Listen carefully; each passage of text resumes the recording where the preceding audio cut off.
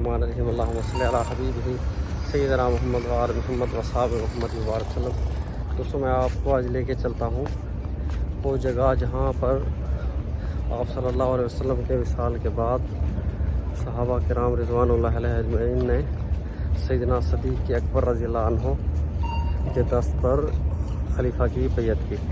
یہ آپ gate number 320 سے نکلیں گے، سامنے پیچھے مسجد نبوی، یہاں پر یہ ہوٹل ہے انوار المدینہ موغنبی، فندق الاف طیبہ، فندق ایمار ایلیٹ اس کے سامنے، اور یہاں پر کچھ زائرین عمرہ بھی موجود ہیں۔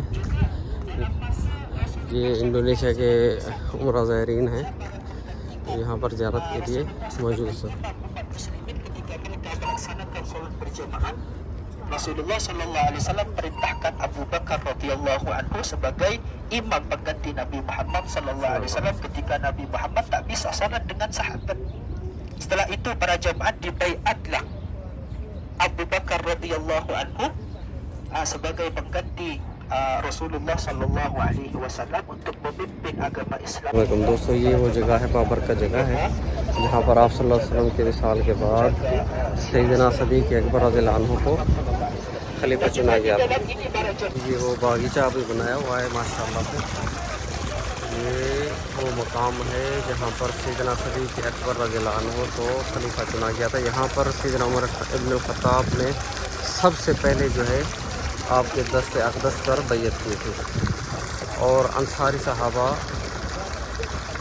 یہاں پر موجود تھے۔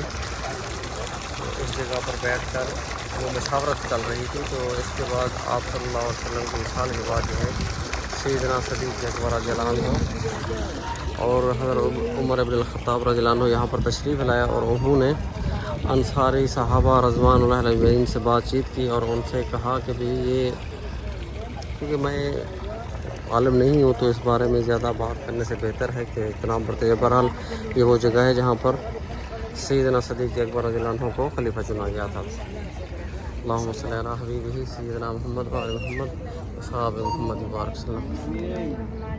یہ جگہ جہاں پر سیدنا صدیق اکبر رضی اللہ عنہ کو خلیفہ چنا گیا تھا،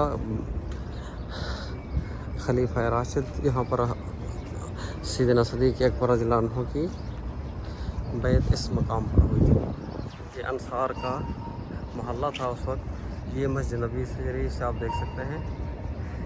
اللہم صلی علی حبیبہ سیدنا محمد و آل محمد و صحابہ محمد مبارک وسلم۔